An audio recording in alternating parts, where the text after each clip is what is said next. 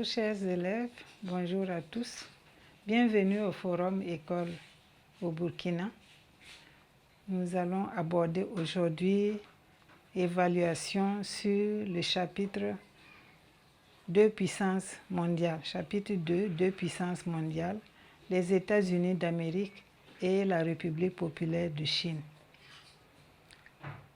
Exercice numéro 1, question de cours. Je m'en vais lire les questions de cours avant de les traiter avec vous. 1. Par deux exemples, montre que le milieu naturel des États-Unis a été un facteur de son essor économique. 2. Explique deux conséquences de la politique antinataliste sur l'économie de la Chine. 3. En t'appuyant sur des exemples concrets actuels, analyse deux problèmes de population aux États-Unis d'Amérique. 4. Explique deux forces du système économique chinois. Donc, nous allons commencer par l'exercice numéro 1.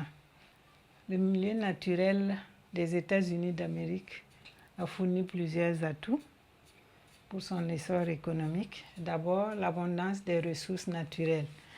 Le pays regorgeait de beaucoup de ressources forestières, l'abondance des ressources minières, il y avait des sources d'énergie.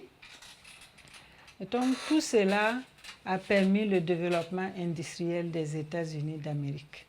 Les États-Unis d'Amérique ont une industrie qui est diversifiée et parmi les plus puissantes au monde. Cette industrie, elle est tellement développée qu'elle est représentée à l'étranger par des conglomérats, des filiales sur tous les continents. Deuxième exemple, nous avons l'immensité du territoire américain, plus de 9 millions de kilomètres carrés, qui offre des climats variés, des sols fertiles, surtout dans les grandes plaines, et tout cela a favorisé le développement agricole. Les États-Unis sont aujourd'hui la première puissance agricole du monde, avec des productions variées et des productions comme le blé, le maïs, le soja, qui lui permettent d'être le premier exportateur mondial de produits agricoles. Deuxième question. Explique deux conséquences de la politique antinataliste sur l'économie de la Chine. En rappel, avant les années 70, la Chine avait appliqué une politique nataliste qui a fait que la population avait augmenté de manière importante.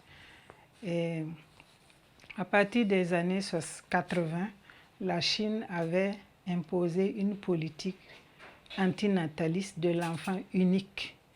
Et progressivement, elle a vu que cette politique antinataliste avait des inconvénients nombreux, aussi bien sociaux qu'économiques. Donc, à partir de 2016, la Chine était revenue sur cette politique antinataliste. Mais déjà, il y avait les effets pervers de cette politique antinataliste.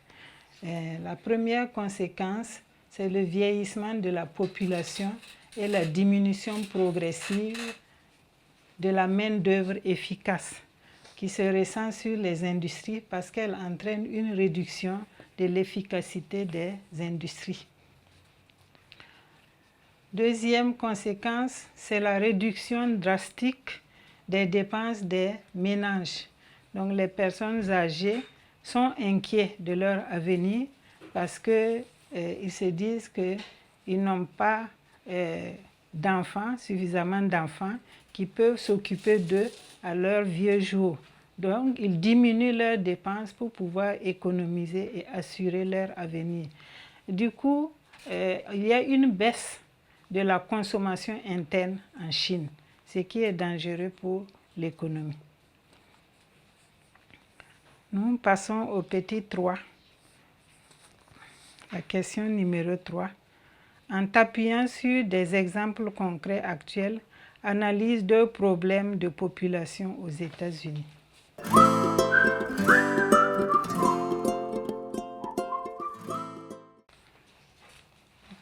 cause de leur essor économique et de leur système politique qui favorise la liberté d'entreprendre, le libéralisme d'une manière générale.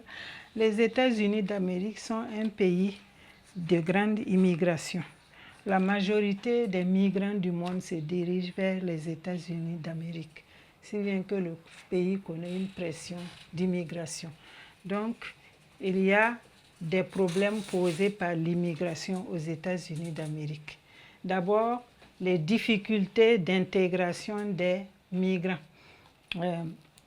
Le gouvernement actuel, dirigé par Donald Trump, lors de son premier mandat, et encore aujourd'hui, il y a des mesures contraignantes qui sont prises contre les migrants, surtout ceux qui veulent entrer aux États-Unis par la voie illégale, les migrants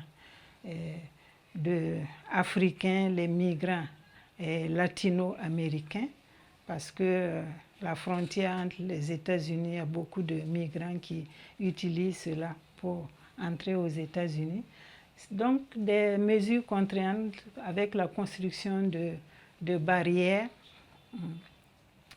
des mesures d'expulsion massive sont prises contre les migrants aux États-Unis. Aujourd'hui, les sans-papiers sont dans une situation délicate.